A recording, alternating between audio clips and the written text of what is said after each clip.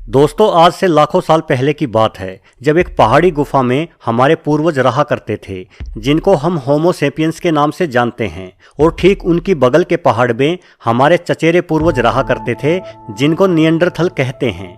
दोस्तों, निएंडरथल भी हमारे पूर्वज हैं। हमने जब अपना डीएनए टेस्ट कराया तो पता चला कि हमारे डीएनए में 193 जीन हमारे चचेरे पूर्वज निएंडरथल से मिलते हैं।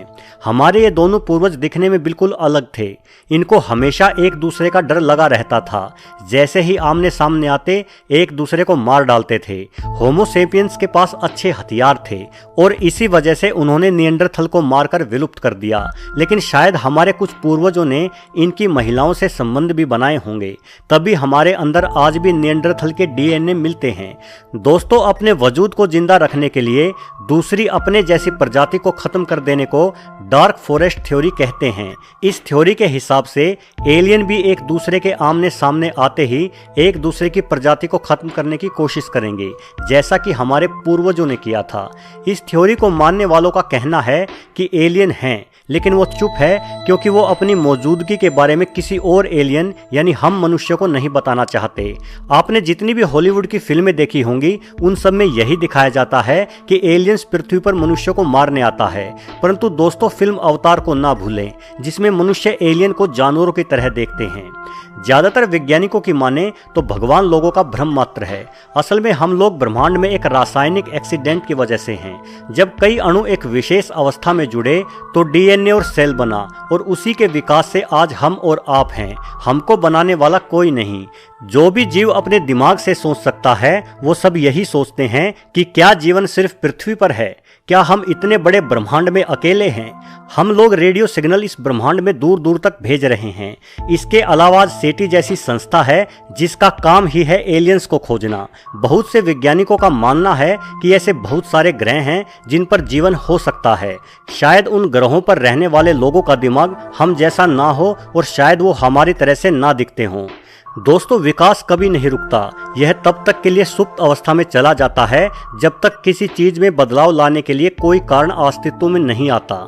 जब किसी प्राणी के जीने के लिए किसी अनुवांशिक विशेषता की जरूरत खत्म हो जाती है, तब वह विशेषता मस्तिष्क के किसी रिकॉर्ड रूम में चली जाती है और वहां हमेशा मौजूद रहती है, और वहां से वापस तभी आती है जब उसकी जरूरत दोबारा महसूस होने लगती है। इस बीच दूसरी विशेषताएं व लक्षण अपनी गति से विकसित होते रहते हैं। दोस्तों, इस वीडियो को देखिए। बच्चे के नीचे से सहारा अचानक से हटा लेने पर बच्चे द्वारा की जाने वाली हरकतों को मोरो रिफ्लेक्स कहते हैं। ये रिफ्लेक्स नवजात शिशुओं में लगभग 4 महीने तक देखने में आता है। ऐसा तब होता है जब बच्चे के नीचे से सहारा हटाने पर उसे लगता है कि वो नीचे गिर रहा है। तब बच्चा अनजाने में ही अपनी बाहें फैला देता है, खुद को भींच लेता है, फिर ढीला छोड़ देता है। उसके बाद वो अपनी पूरी ताकत से रोने लग जाता है। बच्चे के रोना बंद कर देने के बाद उसकी हथेलियों में अपनी उंगली फहराइए। देखिए क्या होता है। बच्चा आपकी उंगली को मजबूती से पकड़ लेता है। इतने छोटे बच्चे के लिए उंगली इतनी ताकत से पकड़ लेना बेहद अचरज भरी बात है। नवजात शिशुओं की तो मांसपेशियां भी इस अवस्था तक पर्याप्त रूप से विकसित नहीं हुई होती, फिर भी उनकी पकड़ इतनी मजबूत होती है कि वह उनके पूरे शरीर का भार उठा सकती है। इसे पामर ग्रेप्स रिफ्लेक्स कहते हैं। दोस्तों, मैंने आपको इन रिफ्लेक्सेस के बारे में इसलिए बताया क्योंकि ये रिफ्लेक्सेस आज हमारी अनुवांशिकता में सुप्त हो चुके हैं, यानी सो चुके हैं। हम सभी मनुष्य विकसित कपिवानर परिवार प्राइमेट्स के सदस्य हैं। मनुष्य और चिंपांजियों के डीएनए में 70 लाख वर्ष पहले विभिन्नताएं आनी शुरू हो गई थी। वर्तमान में मनुष्य और चिंपांजी की डीएनए की संरचना में केवल 1.2% अंतर है। विकास होने के साथ साथ हमारा मस्तिष्क भी विकसित होता गया और डीएनए में भी परिवर्तन होता गया। अधिकांश वानर जाति जीवन भर किसी छायादार वस्तु या वृक्ष में रहते हैं। उनके बच्चे सहज बोध से अपनी माँ की खाल से या पेड़ के तने से चिपटते हैं। वो पेड़ की डालियों पर बैठे रहते हैं और सोते भी वहीं हैं। यहाँ पर मोरो रिफ्लेक्स उनके काम आता है। यह रिफ्लेक्स उनके बच्चों की पकड़ ढीले होते ही गिरने की संभावना पर उनकी माँ को सावधान कर देता है और उन्हें भी अचानक पकड़ मजबूत बनाने के लिए प्रेरित करता है। पामर ग्रेप्स रिफ्लेक्स वनमानुष को एक डाली से दूसरी डाली पर छलांग लगाते वक्त गिरने से बचाने के साथ दिन भर की अनेक गतिविधियों में इन्हें मजबूत पकड़ उपलब्ध कराता है। बच्चा यह काम खुद से नहीं करता बल्कि उसका मस्तिष्क करता है। मनुष्यों में मस्तिष्क का अग्रभाग ऐच्छिक क्रियाओं को करने में योगदान देता है। अग्रभाग का विकास होने से मोरो और पामर ग्रेप्स रिफ्लेक्सेस दब जाते हैं और बाद में हम यह सब भूल जाते हैं।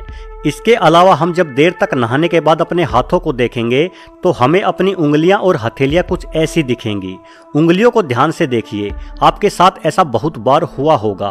उंगलियों के साथ थोड़ी देर के लिए ऐसा होने का संबंध पानी के तापमान से नहीं है, ना ही आपकी स्किन में कुछ खास है।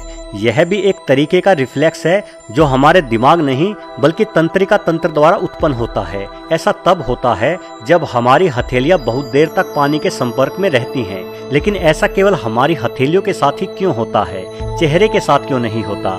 इसका कारण यह है कि लाखों वर्ष पहले जब हम भी दूसरे वानरों की भांति पेड़ों पर रहते थे, तब बरसात के दिनों में हमारी गीली हथेलियों के कारण पकड़ कमजोर हो जाती थी। तो विकास के क्रम में हमारी हथेलियों और उंगलियों को पानी के संपर्क में देर तक रहने पर झुर्रीदार यानी टायरों के उभार जैसा बना दिया, ताकि उनकी पकड़ मजबूत हो जाए और पेड़ की टहनियों से टपकता पानी इन्हीं झुर्रियों से बहता हुआ निकल जाए।